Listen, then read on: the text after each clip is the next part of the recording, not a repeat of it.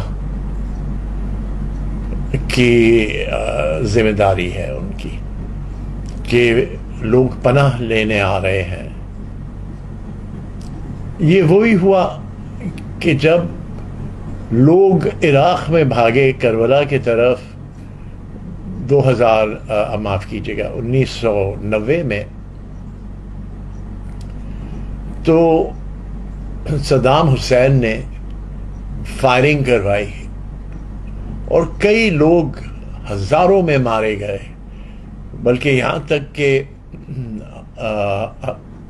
علمدار کے مقبرے کا جو گنبد تھا وہ نیچے گر پڑا اور دوبارہ بنانا پڑا. تو اس کے بعد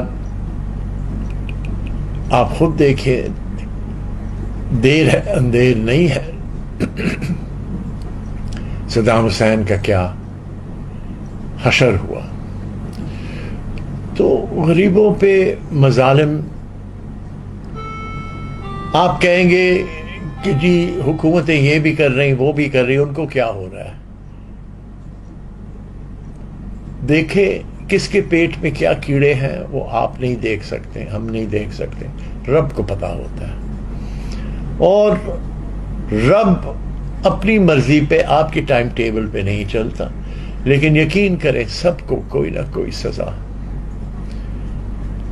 آج صورتحال یہ ہے کہ جنہوں نے سندھ میں 40 سال حکومتیں کی، 50 سال، وہ راتوں کو جا رہے ہیں تصویر نکالنے اپنی کیمپوں میں. اس سے کیا شاعر ہوتا ہے کہ دن کے وقت شاید جانا مشکل ہو گیا نا. تو میں سمجھتا ہوں حکومت کو بڑے بلدیاتی انتخاب کا شوق ہے. کراچی میں اندراج کے علاقوں میں بڑے کیمپ لگائیں جہاں کھانا کھائیں. میرے والد نے کھوکھرا پار پہ پاکستان بننے کے وقت پہ 3 مہینے کیمپ کھلے رکھے تھے جو آ رہے تھے کھوکھرا پار کے تھرو. وہاں کھانا پینا وغیرہ سب ملتا تھا. ہمیں بھی ان غربا کے لیے کیمپس لگانے چاہیے. میں جو کچھ کر سکتا ہوں اپنا کرتے رہتا ہوں، خوراک بھی، ٹینٹ بھی، لیکن میں انفرادی انسان ہوں. میرے رشتہ داروں نے چوریاں میری کر کر کے میرے حصے بھی مار دی ہیں سب جگہ. پھر بھی اللہ کا شکر ہے جو کچھ ہے. ہم نے سکھر میں ایک جگہ کے ذریعے سامان نکالا اور ایک یہاں کراچی سے. تو اتراد اور لار کے دونوں کے علاقوں کے کام ہو چکے، اور سکھر سے کچھ بلوچستان کی طرف بھی مال روا. لیکن میرے پاس اتنا نہیں ہے کہ میں پورے ملک کو پورا کر کے دے سکوں. تو یہ ذمہ داری ہے وہ لوگوں کی جو ٹیکس لیتے ہیں آپ سے. لہذا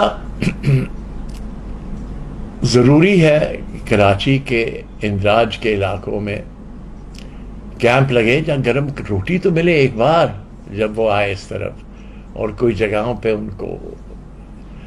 اور یہ حالات مزید بگڑیں گے تو انتظامات ہونے چاہیے تھے لوگوں کو سیٹ کرنے کے لیے. اور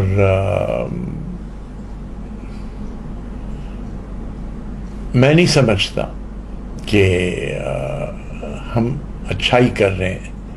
جو کچھ دیکھتے ہوئے ہوتے ہوئے بہت سے لوگوں نے بڑے کام کیے ہیں.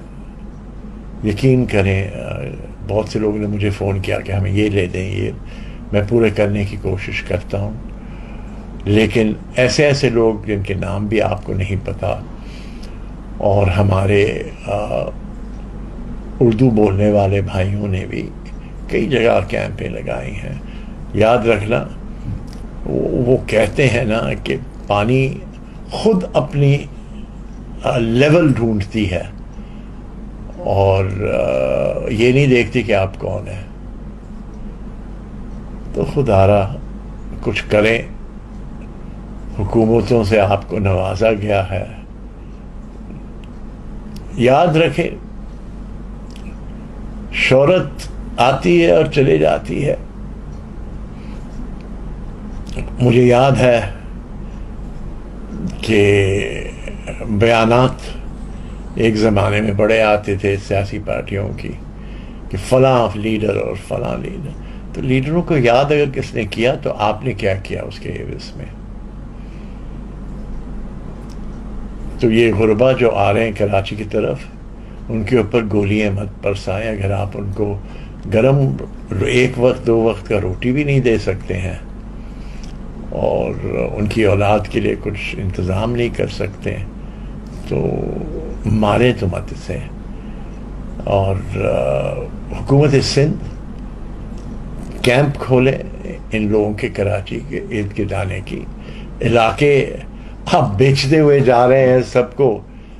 لاکھوں ایکڑ زمین بحریہ کو ہو یا سوسائٹی ہاؤسنگ سوسائٹیز کو ہو یا جو بھی ہو آپ نے مفت میں بھی دیے. پتہ نہیں کیا کیا لوگوں کے ساتھ مظالم ہو کے بھی دیے ہیں.